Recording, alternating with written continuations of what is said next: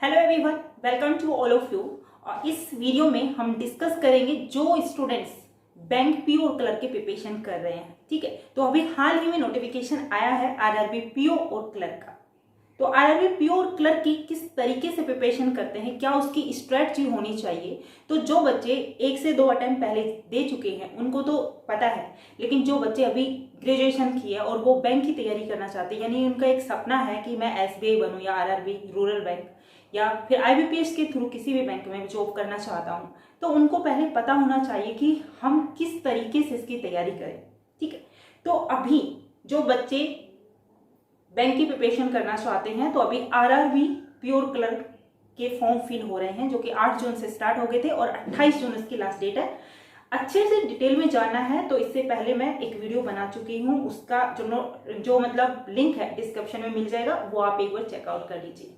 ठीक है, उसके बाद आज इस वीडियो में मैं आपको बताने वाली हूं कि 45 डेज का एक क्रैश कोर्स जो मैं रीजनिंग पढ़ाऊंगी उसका मैं लेके आई हूं कि हम किस तरीके से, क्या स्ट्रेटजी से हम 45 दिन में हम अपने 40 में से 35 प्लस नंबर गेन कर सकते हैं।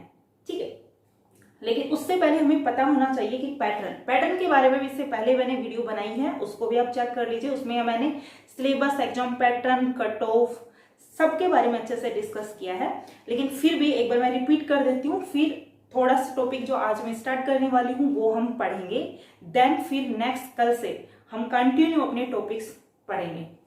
ठीक है, तो देखिए जो आरआरबी बैंक और पीओ का जो एग्जाम पैटर्न है, तो एग्जाम पैटर्न क्या है कि इसमें ओनली मैथ और रीजनिंग आता है।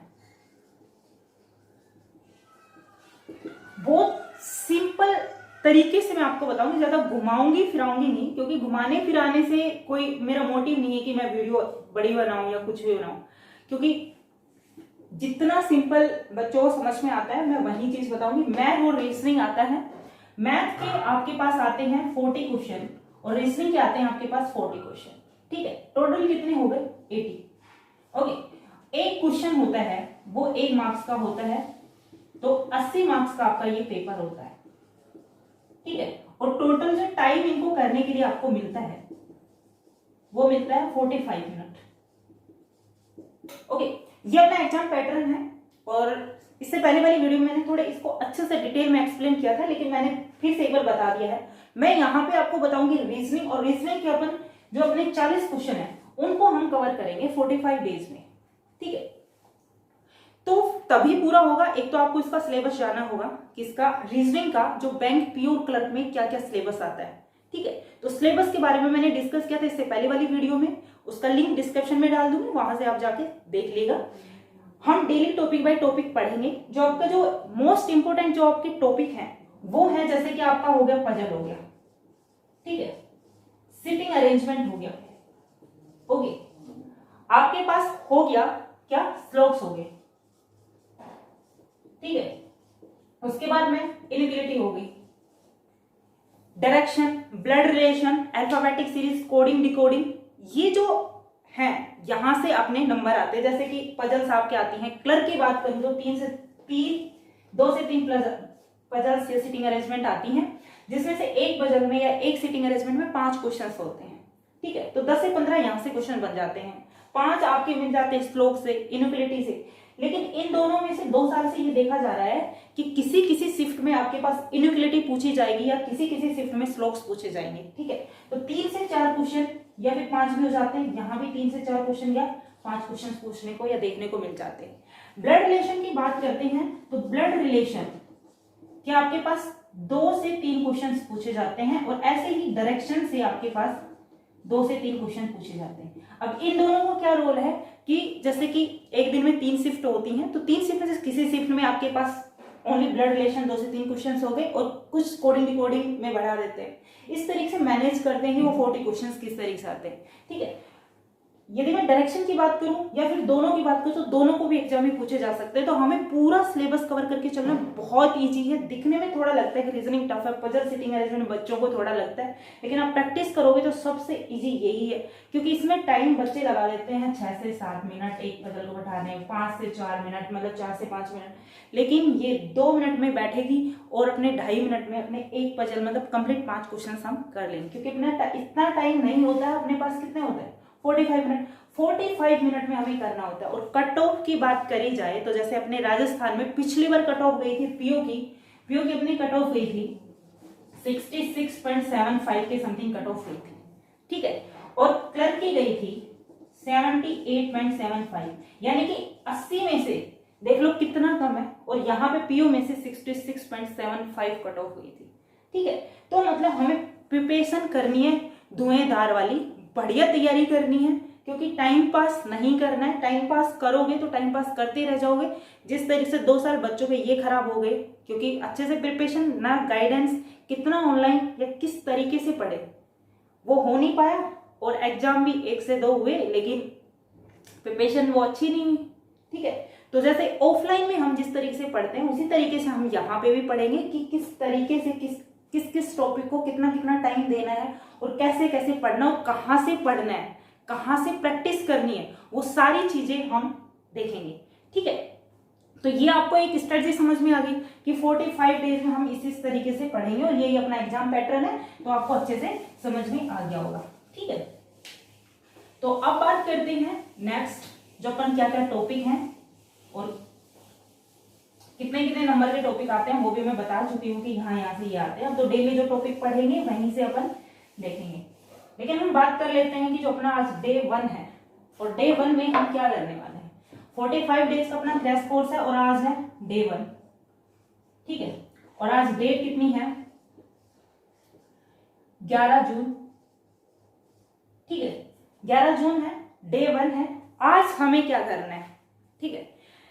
आज हमें करना है, सबसे पहले मैं मैथ की भी लेके चलूंगी कि मैथ में आपको बताती जाऊंगी या कुछ इंपॉर्टेंट किस तरीके से पढ़ना है वो सारी मैं आपको बताती जाऊंगी, लेकिन मैथ में इसलिए नहीं पढ़ा पाऊंगी क्योंकि मेरे पास क्लास हो जाती है, तो रीजनिंग ही मैं थोड़ा अच्छे से कर सकती हूँ, उसके लिए टाइम ही नहीं बचता। यदि हो सका तो मैं कोई टीचर्स आपके लिए अच्छे सा रख दूँ जो आपको मैथ पढ़ाए, ठीक है। लेकिन मैथ का मैं जिस तरीके से आपको बताते जाऊंगी उस तरीके से आपको पढ़ना है, क्योंकि आपको अपनी कैलकुलेशन तो अच्छे से कर सकते हो।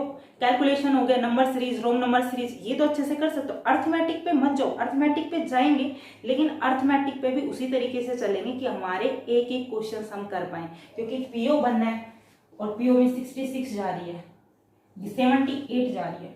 किस तरीके से आएंगे भाई, एक एक नंबर ही रह रहा है, 80 में से सारे नंबर यहाँ पे आ रहे हैं, तो वो सब भी करेंगे। तो किस तरीके से मैनेज करेंगे, तो सबसे पहले आपको क्या करना है, आज सिलेबस को अपने सामने, जहां पे आप स्टडी टेबल के सामने सिलेबस को आप लगा लीजिए, एग्जाम पैटर्न को लगा लीजिए, जो भी फ्रेशर बच्चा है, ठीक है। और जो तैयारी पहले से 1-2 अटेम्प्ट दे चुका है उनको पता है कि किस तरीके से क्या है, उनको रिवीजन हो सकता है इससे, ठीक है। सबसे पहले अपने टेबल के सामने सिलेबस नोट कर लीजिए और चिपका लीजिए, दीवारें खराब नहीं होंगी, आप चिपकाओगे आपको अच्छा भी फील होगा। सुबह सुबह उठोगे, टेबल के सामने जाओगे, देखोगे कि हाँ भाई ये है मेरा टारगेट है, मेरे को पीओ बनना है, मेरे को क्लर्क बनना है, तो आपको उसको देख के आपको खुद से मोटिवेट जब होंगे तो आप अच्छे से कर पाओगे। सबसे पहले आपको मैथ में क्या करना है, जो हमारी स्ट्रेटजी रहने वाली, मैथ में क्या करना है, आपको 45 डेज तो मैंने लिए हैं, लेकिन 15 दिन में आपको याद हो जाने चाहिए टेबल 25 तक। कर सकते हो 12 तक तो सबको याद होंगी, ठीक है, क्योंकि 12 तक सबके याद होती हैं, लेकिन उसके बाद 13, 14 के बाद आती है, 15 की भी याद हो जाती है, 20 की भी याद हो जाती है, लेकिन हमें करनी क्या है 25 तक, ठीक है। तो 25 तक टेबल लिख के आज ही अपनी टेबल के सामने चिपका लीजिए, क्योंकि डेली आपको टेबल सुबह उठते ही याद करनी है। कैसे याद करनी है, आपको 12 तक, यदि मानती हूँ 12 तक आपको याद है, तो आपको 13, 14, 15 की आती है, 13, 14 करो, दो डेली 2 टेबल लेके चलो, और 13, 14 की याद हो गई, फिर अपन सेकंड डे में क्या करना है वो सेकंड डे में ही बताऊंगी, ठीक है। तो आज आपको 13, 14 और 15 यानी कि 15 तक टेबल आपको याद करनी है। फिर उसके बाद आपको क्या करना है, स्क्वायर। स्क्वायर आपके वैसे तो 100 तक ही याद होने चाहिए। अब मैं यहाँ पे ट्रिक्स तो बता दूंगी, लेकिन ट्रिक्स से आप कंफ्यूज हो जाओगे। मेरे तो ऑलरेडी याद है कि किसी भी, जैसे कि किसी का भी पूछ सकते हो 39 का 15, 21, अरे इस तरीके से याद होना चाहिए कि आपके पास कोई भी नंबर आता है और आप फटाफट उसका स्क्वायर बता देते हैं। ठीक है, तो इसी तरीके से आपको स्क्वायर कम से कम 60 तक तो स्क्वायर याद ही होने चाहिए। आप आरआरबी पीओ, आपकी कैलकुलेशन ही मैटर करती है। यदि आप बैंक की तैयारी कर रहे हैं, 60 तक आपको स्क्वायर याद होने चाहिए और क्यूब आपको याद होने चाहिए 20 से 25 तक। अब स्क्वायर आपको याद होंगे, मान के चलती हूँ आपको वही 12, 13 तक याद होंगे, 15 तक याद होंगे। 15 का भी याद होगा तो 14 को याद नहीं होगा, क्योंकि सब बच्चों के साथ यही होता है। तो स्क्वायर आपको याद करने हैं 1 से लेके और 20 तक। आज 1 से लेके 20 तक स्क्वायर आपको याद करने हैं। किस तरीके से करने हैं, सबसे पहले स्क्वायर को आप लिख लीजिए, टेबल के सामने रख दीजिए और 4 से 5 बार उनको रिपीट कीजिए। इस तरीके से आपको क्या हो जाएंगे, याद हो जाएंगे। इस तरीके से क्यूब आपको 5 से 6 तक याद होंगे अभी फिलहाल में, ठीक है, जो फ्रेशर है। लेकिन आपको 25 तक स्क्वायर मतलब क्यूब याद करनी है। करनी कैसी है कि आपको आज करनी है 10 तक, ओनली 10 तक आपको क्यूब याद करना है। ठीक है, ये अपना हो गया मैथ का। अब हम चलते हैं रीजनिंग पे। रीजनिंग में ऐसा कुछ याद करने का नहीं होता, रीजनिंग होती है प्रैक्टिस से। जितना प्रैक्टिस करोगे उतना ही आप अच्छा कर पाओगे, क्योंकि यहाँ पे टाइम को मैनेज करना बहुत ज्यादा इंपॉर्टेंट है। तो यहाँ पे आप लेके चलोगे रीजनिंग। आज रीजनिंग में क्या करना है, रीजनिंग में आपको करना है कि सबसे पहले आप अल्फाबेटिक जो नंबर होते हैं, जैसे कि ABCD, इस तरीके से उनको किस ट्रिक से याद करने। आपको ऐसे नहीं करना है कि कई बच्चे क्या होते हैं कि तैयारी नहीं करते, स्टार्टिंग में देने जाते हैं, थोड़ी बहुत कोई कोचिंग से तैयारी कर लेते हैं तो उनका फिर भी थोड़ा याद हो जाता है, या उनको याद भी नहीं होता है तो वो जाते हैं क्या करते हैं, जो टेबल होती है ना जहाँ पे ऑनलाइन एग्जाम होता है ना, जैसे मैं खुद एग्जाम, तो वहां मैं देखती थी कि वाह क्या बात है, उनमें देखोगे ढूंढोगे बहुत टाइम चला जाएगा। लेकिन आपको टेबल मतलब अल्फाबेट आपको याद करनी है और ए से लेके जेड तक। ठीक है, अब ए से लेके जेड तक अल्फाबेट आपको याद करना है, तो वो मैं आपको ट्रिक्स सिखा दूंगी। ठीक है, किस तरीके से आपको याद करना, और आपको उसी वीडियो में ही याद हो जाएगा। जब आप अच्छे से वीडियो को देखेंगे तो तभी आपको याद हो जाएगा। और 1 से 2 बार खुद से आप करते रहोगे, क्वेश्चन आप सोल्व करोगे, क्वेश्चन सोल्व करते जाओगे तो आपको नंबरिंग का पता चल जाएगा, कौन सा अल्फाबेट हो कितने नंबर पे आता है। ठीक है, ये आप डे 1 का आपकी स्ट्रेटजी के आपको आज क्या करना है। ठीक है, तो ये हमने यहाँ पे बात कर ली। अब हमें क्या बात करनी है कि जो आज मैं आपके लिए जो टॉपिक लेके आई हूँ कि उसमें हम किस तरीके से पढ़ेंगे। ठीक है, तो सबसे पहले हम वो टॉपिक करेंगे जो बहुत ही बच्चों को लगता है कि थोड़े कंफ्यूजन या फिर उनको लगता है थोड़े टफ है, लेकिन वो बहुत ईजी है। वहां से ऐसे आते हैं नंबर, एकदम हलवे की तरह नंबर, 5 क्वेश्चन आते हैं और फटाफट क्वेश्चन हो जाते हैं। ठीक है, मैं यहाँ पे जो आज टॉपिक लेके आई हूँ वो लेके आई हूँ श्लोक। तो श्लोक्स हम यहाँ पे पढ़ेंगे। श्लोक्स मैंने इससे पहले भी 4 से 5 वीडियो अलग अलग टाइप से बना चुकी हूँ। आप सर्च जाएंगे, प्लेलिस्ट में जाएंगे, आप वहां ढूंढ लीजिए, आपको वहां मिल जाएंगे। लेकिन हम फिर से पढ़ेंगे उसको अच्छे से। जो बैंक पीओ या श्लोक्स तो सभी के लिए सेम होता है, बैंक पीओ और क्लर्क के लिए अभी जो हाल ही में 1-2 साल से जो आ रहे हैं वो ओनली इन पे बेसिस पे क्वेश्चंस आ रहे हैं, तो हम इन्हीं पे सीखेंगे। ठीक है, अब बात करती हूँ जिन बच्चों को श्लोक्स के बारे में पता ही नहीं है क्या श्लोक्स होता है, तो आपको श्लोक्स इंग्लिश में ही हम पढ़ेंगे। जितना हिंदी में जाओगे कंफ्यूज हो जाओगे, पेड़ पौधे भैंस बकरी गिनते रहोगे लेकिन आपको कुछ नहीं आएगा। इंग्लिश में पढ़ेंगे, अच्छे से पढ़ेंगे, समझाऊंगी हिंदी में। फ्रेशर है, अच्छे से एक एक पॉइंट को नोट करते जाना, किस तरीके से मैं आपको बता रही हूँ, किस तरीके से मैं आपको पढ़ा रही हूँ, वो अच्छे से आप समझना, तो आप बहुत ही अच्छे तरीके से आप इसको कर पाएंगे। ठीक है, तो फ्यू ओनली से यहां से क्वेश्चंस आते हैं, लेकिन उससे पहले आपको बेसिक पता होना चाहिए कि बेसिक क्या है, क्योंकि बेसिक पता होगा तभी तो आप यहाँ फ्यू और ए फ्यू वाली चीजें करेंगे, तभी तो आपसे होगा। अब बेसिक क्या है, बेसिक यदि हम बात करते हैं श्लोक्स में तो क्या होता है, अपने पास 4 वर्ड होते हैं, जैसे कि सम, नो, ऑल और सम नॉट। ठीक है, अपने पास ये 4 वर्ड हैं और 4 वर्ड ही पूरे श्लोक्स को लेके चलता है। सम हो गया, नो हो गया, ऑल हो गया और सम नॉट हो गया। ठीक है, हिंदी की बात करें तो सम का मतलब सभी को पता होता है, कुछ होता है। नो का मतलब क्या होता है, नहीं होता है। ऑल का मतलब सभी होता है और सम नॉट का मतलब होता है कि कुछ नहीं। ठीक है, ये हो गया अपना बेसिक। ज्यादा इसमें कंफ्यूज होने की नीड नहीं है। जैसे कि मैं कोई आपके पास एक एग्जांपल लेती हूं और एग्जांपल में आपको बताती हूं कि क्या होता है। यहां पे होता है कि सम ARB, यानी कि कुछ ए है वो क्या है, बी है। ठीक है, ऐसे ही नो की बात करें तो नो A इज B। ठीक है, ऑल की बात करें ऑल ARB। सम नोट की करें तो सम A नॉट B। ठीक है, मतलब मैंने आपको अभी बताया नहीं है किस तरीके से करना है, लेकिन उसका ट्रिक्स मतलब उसको किस तरीके से करना है, किस तरीके क्वेश्चंस एग्जाम में आते हैं वो मैंने आपको यहाँ पे बताया कि सम ARB इस तरीके से आपके सामने एग्जाम्पल आते हैं। हिंदी में भी आते हैं कि कुछ गाय बकरी हैं, कोई भी पेड़ पौधा नहीं है, कोई भी लड़की डॉक्टर नहीं है, या सभी डॉक्टर अध्यापक हैं, या सभी महिलाएं। तो इस तरीके के क्वेश्चंस जो आते हैं बच्चे देखते ही कंफ्यूज हो जाते हैं, माइंड वैसा लगाते हैं लेकिन उस तरीके से क्वेश्चंस क्या हो जाते हैं, गलत हो जाते हैं। सही मायने में श्लोक्स को किस तरीके से पढ़ना है वो हम पढ़ेंगे।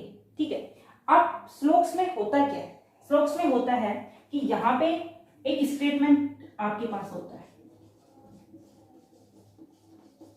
ठीक है, स्टेटमेंट आपके पास होता है, यानी कि आपके पास कोई कथन दिया हुआ होता है। उसके बाद आपके पास क्या होता है, कोई कंक्लूजन होता है, यानी कि निष्कर्ष होता है।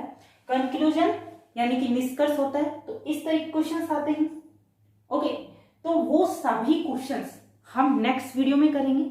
आज हमने थोड़ा बहुत देखा कि जो श्लोक्स होता है उसमें 4 अपने जो बेसिक वर्ड्स होते हैं, जैसे सम, नो, ऑल, सम नॉट। ठीक है, फिर उसमें एक मेन होता है कि स्टेटमेंट और कंक्लूजन का रोल होता है। तो स्टेटमेंट में आपके पास क्वेश्चन दिया होता है, आपके पास कंक्लूजन होते हैं, स्टेटमेंट से आपको कुछ बढ़ाना होता है, उसके बाद निष्कर्ष से आपको आंसर निकालना होता है। ठीक है, एग्जाम्पल की बात करूं तो इस तरीके के एग्जाम्पल होते हैं, लेकिन इनको किस तरीके से अपन को सोल्व करना वो हम नेक्स्ट वीडियो में पढ़ेंगे। ठीक है, तो आज की वीडियो में जो मैंने बताया है सबसे पहले आपको वो करना है, क्या करना है कि यहां से आपको करनी है टेबल याद करनी है, स्क्वायर क्यूब याद करना है, यदि आपको अपनी कैलकुलेशन अच्छी करनी है तो। और कैलकुलेशन तभी अच्छी होगी तब आपको ये सभी याद होंगे। ठीक है, बात कर रही हूँ रीजनिंग की, तो रीजनिंग में आपके पास अल्फाबेटिक जो होते हैं, जो फ्रेशर बच्चे होते हैं उन्हीं के लिए बता रही हूँ कि जो अल्फाबेटिक होते हैं उनके नंबरिंग आपको याद होना चाहिए। तो नंबरिंग के लिए मैं आपके लिए एक वीडियो बना के अपलोड कर दूंगी, तो वहां से वो ट्रिक से नंबरिंग याद कर लेना, फिर उसके बेसिस पे आप क्वेश्चंस कर लेना। तो क्वेश्चंस आप करोगे तो अच्छे से वो नंबरिंग आपको याद हो जाएगी। ठीक है, तो होप सो आपको ये अच्छे से समझ में आया ही होगी ये स्ट्रेटजी।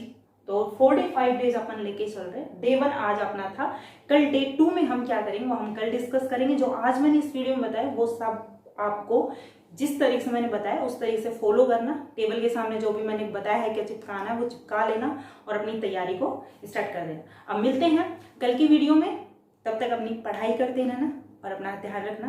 धन्यवाद।